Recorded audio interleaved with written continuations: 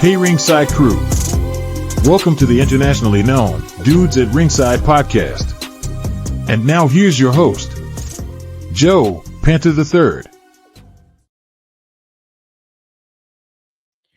Hello there, wrestling fans, and welcome to another episode of the internationally known Dudes at Ringside Podcast. I am Joe Panther III, and man, oh man, Ringside crew, you are in for a treat. I have a young lady that is killing it on the independent wrestling scene. Let's give a warm Dudes at Ringside for my guest, Zoey. Welcome to Dudes at Ringside, Zoey. Welcome. Thank you for having me. I appreciate you having me. And thank you for making it seem like I'm bigger than I am. I'm just Zoey Skye. Yeah, awesome, Zoey. So if my East Coast fans, I'm talking about the people from the Connecticut, New Jersey, New York, and the PA fans that are not familiar with you, introduce yourself. Sure. I'm Zoey Skye. I've been wrestling based out of Ohio, but some people think I'm from Pennsylvania. Some think I'm further Midwest. Some think I'm East Coast. Nobody has any clue where I'm from. I'm from Ohio. I started wrestling as Angel Dust back in 2007. I went by Dust for a brief moment, and I've been going as Zoey Skye now for the last 8 years. I've just been wrestling for 18 years, and I love what I do. Wow, 18 years. So who trained you in the beginning? I trained out of Cleveland, Ohio, Cleveland All Pro Wrestling with JT Lightning. And then shortly after JT got diagnosed with cancer, Johnny Gargano took over. So JT Lightning and Johnny Gargano were my trainers. Wow, Johnny Gargano. So what kind of advice did they give you when you first decided to become a wrestler? Sure. So, when I first started, it was a different time frame. There weren't a lot of women in wrestling, and for the ones that we were all spread out. There weren't a lot of girls in the area. But when it came to it, like JT was very old school. It was, grit and hard work. It was just a lot of hard work. I feel like most of the energy came of just you always push to be better. You always help the people you're around, and you you try to improve yourself by helping improve others. So I feel like I was always surrounded by people who wanted to see people succeed, and they push each other to be better. And that was both my trainers and the people I trained with. So you said back in those days, when you didn't make it sound so long ago, back in those days, did you find it easier or harder to find the school you landed on? So I knew nothing about independent wrestling when I first started. I was still, just barely out of high school. I was actually in the military, Army Reserve, and my mom stumbled across Cleveland All Pro on TV late one Friday or Saturday night, and was like, "Hey, check this out." She knew I liked wrestling, and she loved wrestling when we were younger. So I checked it out, and I was like, "Oh, there's this local promotion, like Cleveland." Cleveland for me was probably still like an hour and 20-minute drive or so. So not terrible, but some people consider that a long drive. But it just happened to be about 20 minutes from where my unit was stationed. So after drill one weekend, I went and checked out the last bit of the Cleveland All Pro show. And I met JT. I helped tear down the ring. And I just said, "Hey, I want to train." I didn't do research. I didn't do anything more than, there's wrestling. It's local. I want to go there. So I talked to JT, and right after Thanksgiving in 2006, I hit him up, and I got a tryout and started training. Awesome. So how long was it till you got your green light to be able to do actual matches, Zoey? Well, it probably should have been way longer than it was. So I started training I'll say early December 2006, and I had my first match in March 2007. Nowhere near ready. Not Thankfully, I've always been athletic, and I'm able to pick up on things. If I have a passion for something, I'm able to pick up on it reasonably well. Doesn't mean I'm good at it, but I can pick up on it. And so I think with that, and so many guys being around, they were excited to see a girl who had ambition. They kind of helped really push me. So I was able to get my first match very early on. Again, probably shouldn't have, but and with that, it was against a guy, back in 2006, 2007, 2008. Gosh, even now, still, it was a lot of intergender because there weren't very many females. So I spent probably the first I'd say 5 years, half and half of wrestling guys and wrestling girls. It was a lot of intergender matches back then. So do you think with your background in the military, like the training they had you go through, getting into the wrestling training, it kind of made it seem more simple to you, or would you think it made it a little harder because wrestling training is a little different than military training? There's I'm not saying this in a bad way. There's no correlation. There's what I went through in the military was something completely different. It's a different style. It's a different career. It's a different everything. Again, I think if anything, because I was athletic, it helped me succeed in both the military, both wrestling, in high school, and so forth. I think the drive, the determination of wanting to be better and to improve is what kind of helped me not want to give up when it came to wrestling. So, the military mindset is integrity and pushing yourself to be better. So in that aspect, sure. I always wanted to succeed. I didn't want to feel like I was not good enough. But a lot of that all translated from how I was personally. I always wanted to be. I'm very quiet. I'm very shy. I keep to myself. But I always want to see people succeed. I want to succeed. I've always pushed myself to be better, and I've allowed these experiences through my life to help me push myself to be better. And I think that happened through sports in school, through the military, through wrestling. I've just always wanted to improve on myself and help others. So let's talk about the other names you went under. So where did the other names come from? Did the coach help you with them? Was it something you saw before you landed on the Zoey name? What is the story behind them? It's unfortunately not a fun story. So as I said, I had my first match very, very early on. Was not ready by any means. I didn't even have ring gear. I had I ran cross country in school, so I had running shorts, a tank top, knee pads, and wrestling shoes. So I was unprepared for in-ring debut as well as ring name. I Some people know this, some don't. I loved Chris Angel. I love Magic. I was just like, man, I want Angel in my name. I don't know how. I don't know what that means, but I want Angel. And so as I'm getting ready for said first match, getting promo pictures and doing whatever, my opponent, Barry Sagittarius, comes up to me and says, hey, what is, what are we announcing you as tonight? What is your name? Well, I haven't really figured it out yet. And I was like, well, I just know I want Angel. I don't know if I want this my first name, my last name. I just want Angel. I love the thought of just portraying myself as somebody different and not me. And at the time, I know it was him. And it was just like, okay, well, what about Angel Dust? And I was like, okay. Young, naive myself, I have no idea what that is, what that means. Didn't realize the potential drug reference and so forth. I just giggled it off and said, yeah, let's do it. And once it stuck, it just kind of stuck. So I went by Angel Dust for 10 years. And of course, and through that, there were certain places I couldn't use that because, I was in a school or whatever. So I just went by Angel. And as I was going, like probably 6 or 7 years into said wrestling career, I knew I wanted to change. I just didn't know what it was. I played with names to myself privately and talked to friends and people just to kind of figure something out. And I wasn't sure. And when I finally settled on Zoey, again, didn't know what I wanted for a last name. Looking back now, I wish it wasn't Skye. It's so popular, but it's okay. So in the process of transitioning from Angel Dust to Zoey Skye, I was also wrestling for a promotion known as Rise, which was like a Shimmer's sister promotion. And I started tagging with Rosemary.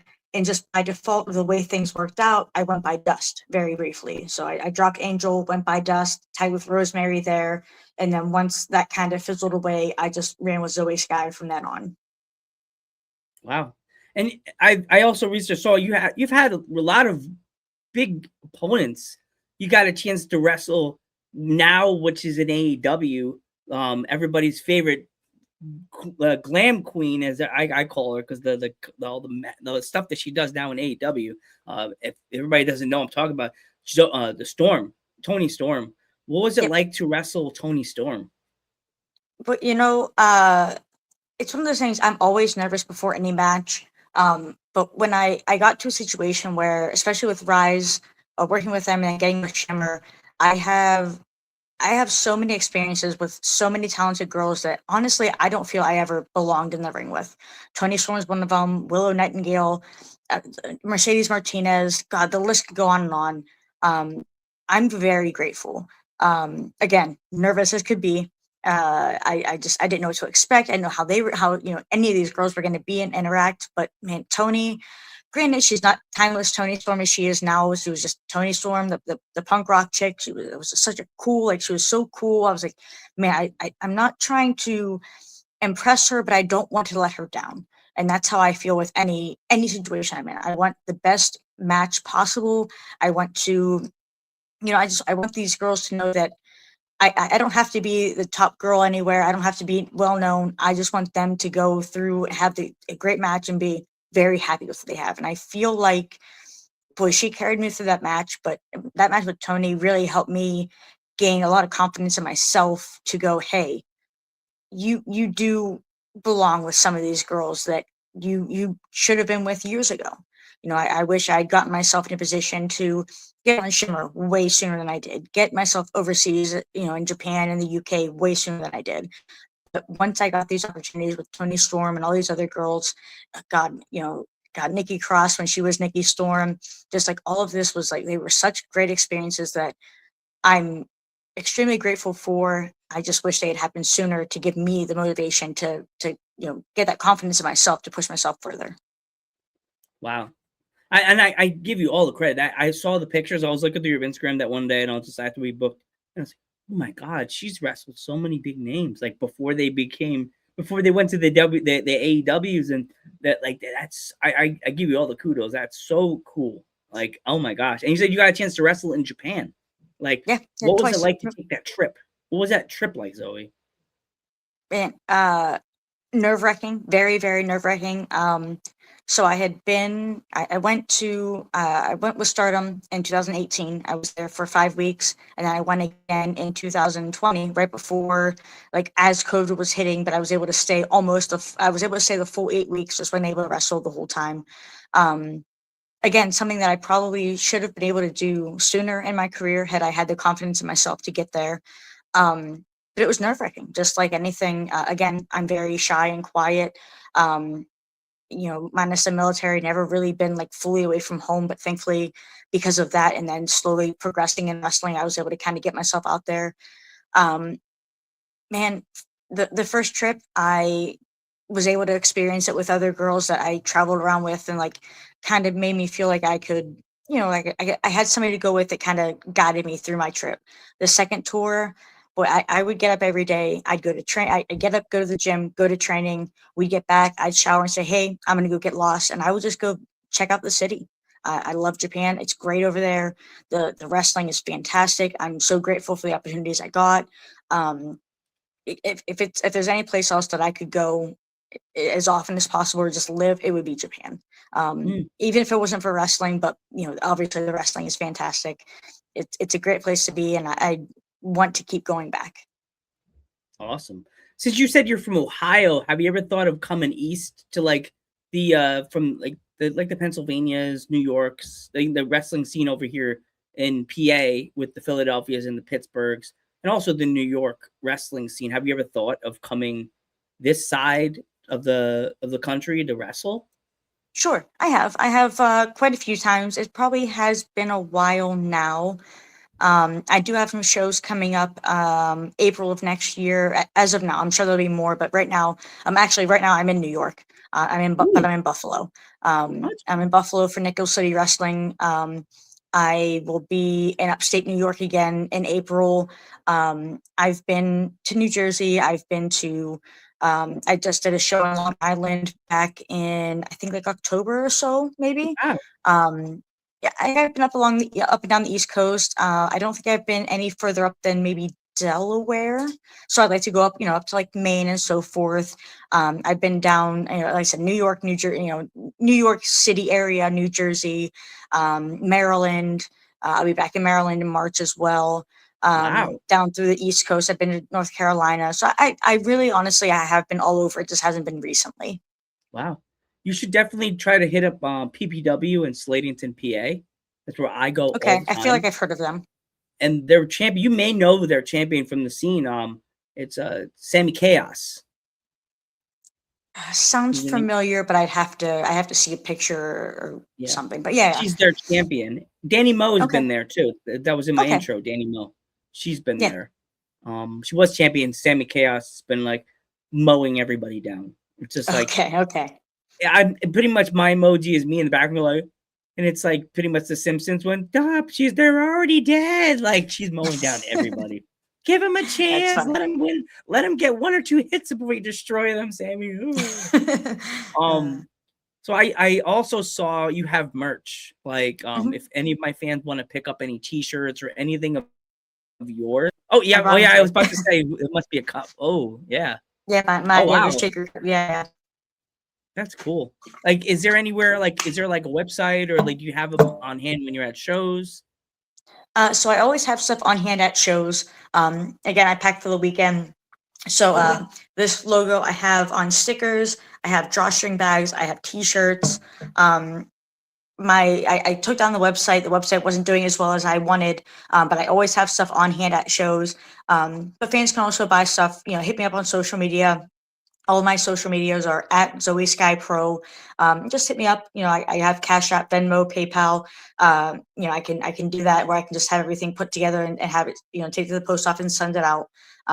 So yeah, unfortunately, no website anymore, but social media is a wild thing that, anybody can get in touch with anybody, purchase anything. And obviously it shows as well. Yep. Before we go, I have 2 more questions. The one Sure. question is, I have a pro wrestling would you rather. Would you rather have started the way you were in the business or in the time you started, or would you rather have started now the way wrestling is with this so much more advanced with the internet and all the stuff like that to find the school? Based on what I knew coming in, I love the way I started.